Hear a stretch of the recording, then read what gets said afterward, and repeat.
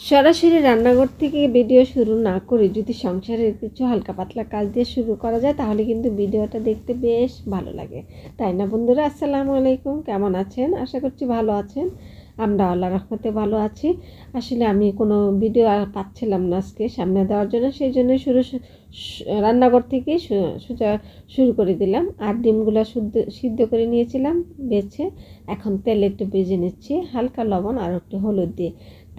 ডিমটা কিন্তু ভেজে নিলেও হয়, না নিলেও হয়, কিন্তু সবাইকে দেখি ভাজা নিতে।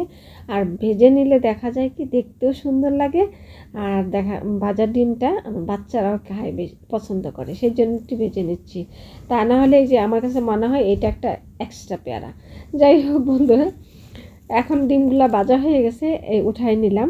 এখন পেঁয়াজ, কাঁচামরিচ আর রসুন দিয়ে দিব। একটু ভাজা হয়ে গেলে তারপরে এখানে দিয়ে দিব আমি সবজি। প্রতিদিন তো এক শিং মাছ খাচ্ছি আর সেটাই আপনাদের সাথে শেয়ার করছি, কিন্তু আজকে আমার বেশ লজ্জা লাগছে যে মাছ রেসিপিটা শেয়ার করব, মাছের রেসিপিটা, সেই জন্য কিন্তু আমি ডিমটা রান্না করলাম, তা না হলে কিন্তু মাছই রান্না করতাম। আর আপনাদের ভাইয়া গত রাত্রে অনেক সবজি এনেছে, তার ভিতরে দেখা যায় মিষ্টি কুমড়াটাই বেশি দিন থাকবে না। এটা যদি মাঝখানে 2-1 দিনের ভিতরে আমাদের হয়তো গ্রামে যাওয়ার কথা, যদি আমরা যাই তাহলে দেখা যাবে মিষ্টি কুমড়াটা থেকে যাবে আর এটা নষ্ট হয়ে যাওয়ার সম্ভাবনা থাকবে। সেই জন্যই ভাবলাম মিষ্টি কুমড়াটাই আজকে খেয়ে ফেলি, তারপরে দেখা যাবে বাকি যেগুলো থাকে সেগুলো এসেও খাওয়া যাবে। যাই হোক, মিষ্টি কুমড়াগুলো কিন্তু আমি ছিলে ভালো করে, তারপরে যেভাবে কেটে নিয়েছি।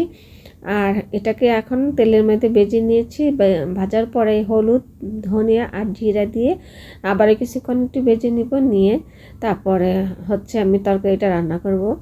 আর এই রেসিপিটা আজকে আমি নতুন করছি, কারণ এভাবে আগে কখনো খাই নাই। আচ্ছা বন্ধুরা, নির্দিষ্ট কোনো নিয়ম আছে যে এই সবজির সাথে এটাই খেতে হবে বা এই মাছের সাথে এই সবজিই খেতে হবে? আমার মনে হয় না, কারণ রেসিপি মানেই হচ্ছে নিত্য নতুন থাকবে, যে যত আনকমন রেসিপি তৈরি করতে পারবে। আমি এটা রেসিপি করি নাই, তবে আজকে আমি যেটা রান্না করেছি সেটাই কিন্তু আপনাদের সাথে শেয়ার করলাম একদম নিঃসংকোচে। ভাবিও নাই যে আপনারা আমাকে কি বলবেন, ছি বলবেন না বা বলবেন। তবে দেখে কি মনে হচ্ছে ছি বলা যায়? আমার কাছে মনে হচ্ছে না, কারণ দেখতে যেমন লোভনীয় হয়েছে, খেতে কিন্তু বেশ টেস্টি হয়েছে। কারণ আমরা যেহেতু জাল একটু কম খাই আর বাচ্চারা যেহেতু জাল পছন্দ কম করে, সেজন্য মিষ্টি কুমড়াটাও একটু মিষ্টি মিষ্টি ছিল, জালও কম দিয়েছি। তরকারিটা দিয়ে কিন্তু তারা বেশ আনন্দের সহিতই খেয়েছে আর ভালো লেগেছে। এই প্রথমে কিন্তু আমি এই তরকারি এইভাবে রান্না করেছি।